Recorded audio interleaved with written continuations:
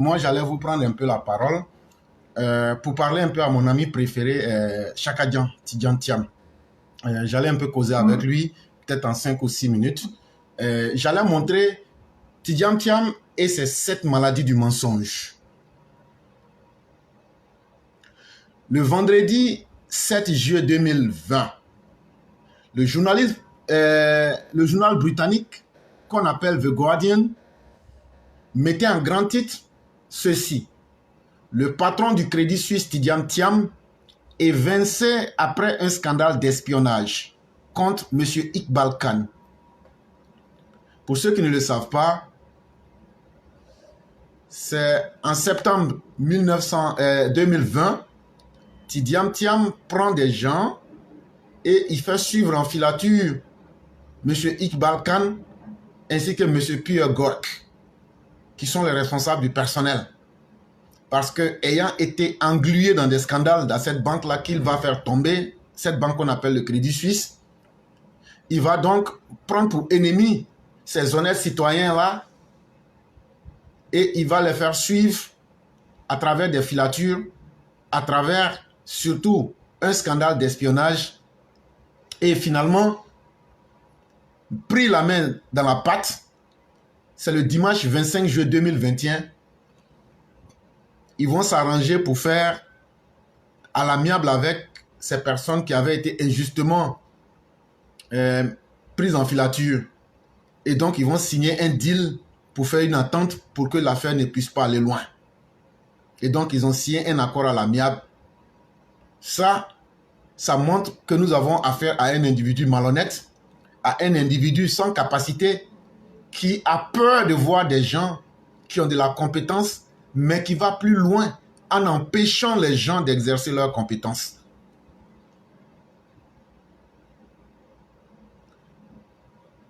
Le deuxième mensonge de Tidjan Thiam, c'est le 1er février 2024. Dans un communiqué, lui et ses frères vont affirmer ceci: Dame Anna Rose Thiam est une fille adultérine de feu notre père, le ministre Amadou Thiam, qu'il a eu avec feu Simone Petit. Vous avez bien entendu, dans ce communiqué et dans cette seule phrase, il traite son père d'avoir la braguette toujours ouverte, c'est-à-dire un bordel ambulant. Mais plus loin encore, dans leur communiqué, on voit que le manque de respect est une vertu chez eux.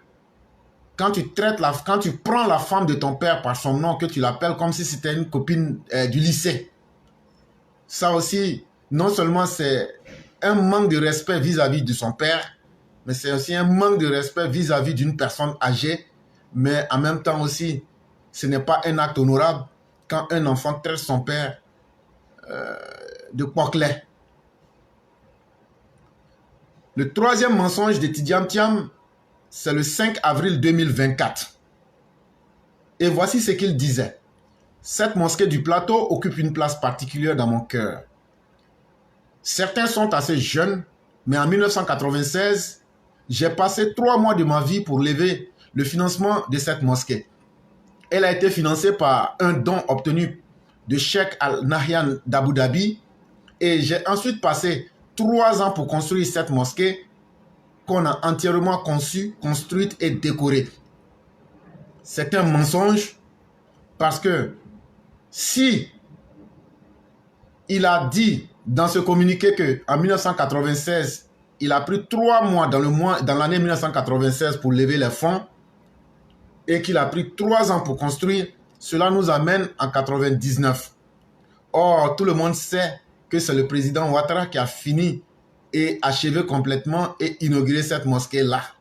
Et donc, c'était encore un mensonge, une esbrouffe de l'individu qui est abonné au mensonge et qui est sans dignité. Il y a encore un autre mensonge là-dedans, quand il fait croire que tous ceux qui étaient présents ce jour-là étaient jeunes. Et donc, lui serait l'homme le plus vieux de la terre. Ça nous amène à comprendre que l'homme n'a pas de limite et qu'il n'a de respect pour personne, autre que sa piètre personnalité. Le quatrième mensonge de Tidiane Thiam, c'est le vendredi 11 juillet 2024. Tidiane Thiam s'invite sans prévenir à la cérémonie des anciens élèves du lycée classique d'Abidjan. N'ayant jamais été un ancien ou un élève du lycée classique d'Abidjan, l'individu s'invite à une réunion à laquelle il n'avait pas été invité et dans une arrogance, sans saluer qui que ce soit, et dans un mépris digne des colons, il s'attribue tous les mérites au détriment du président des Caïmans qu'on appelle M. Enza Bamba et des organisateurs même de la dite cérémonie. Et donc, voilà quelqu'un qui n'a de respect pour personne. Voilà quelqu'un qui a une arrogance sans limite. Voilà quelqu'un qui veut se comporter comme un colon, qui a toujours des comptes à demander et qui ne fait que prendre sans jamais savoir respecter les autres. Le cinquième mensonge de Tidiane Thiam, c'est le 22 juin 2024. Il disait ceci: l'IDH de la Côte d'Ivoire a régressé en 2024.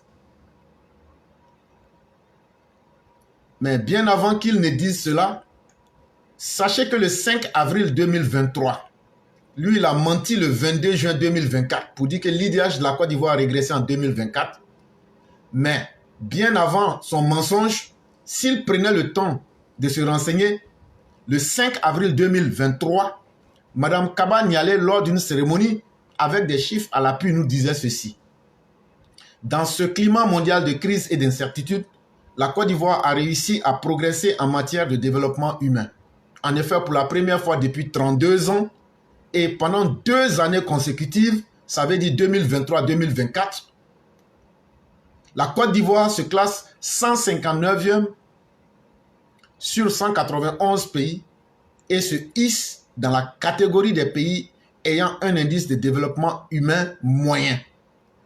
Le mensonge ici, c'est d'abord que Tidiane Thiam ne prend pas le temps de se renseigner correctement.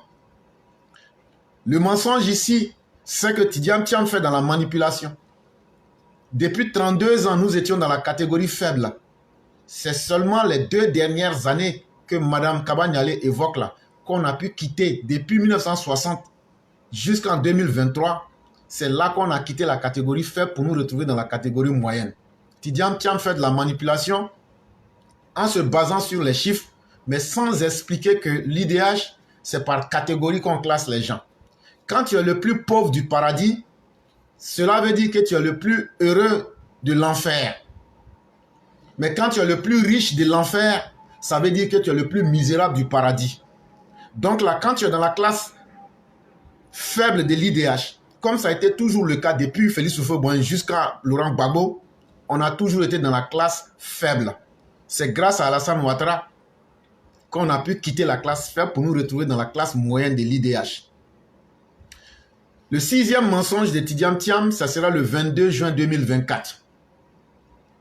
Il disait ceci: Houphouët et moi, lorsqu'on allait à Yamoussoukro, il s'arrêtait dans tous les villages, s'asseyait sur un banc en bois pour boire du bandji.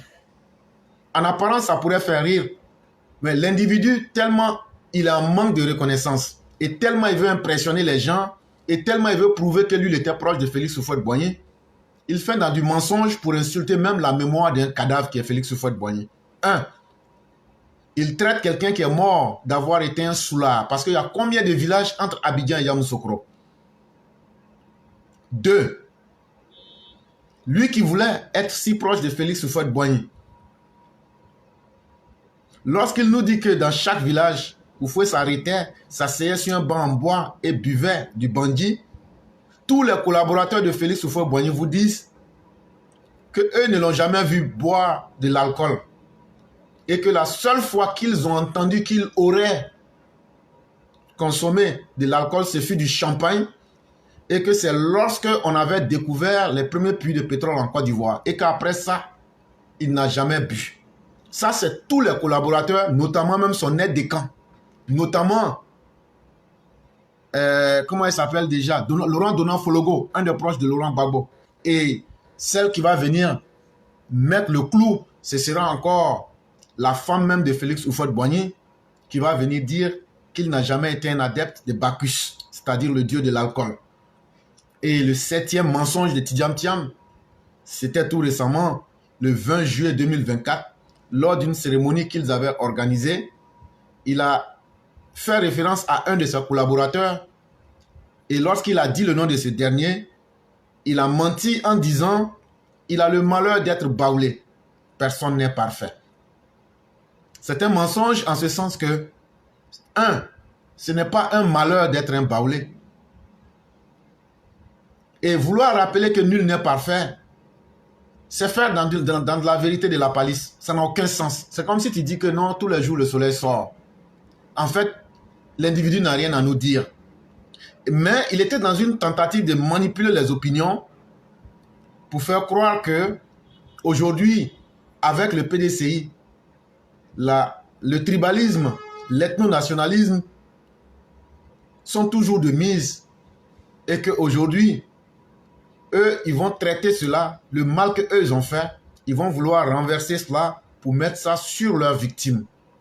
Et il est en train de faire la promotion du tribalisme et ce n'est pas sérieux pour un individu qui se veut un peu respectable.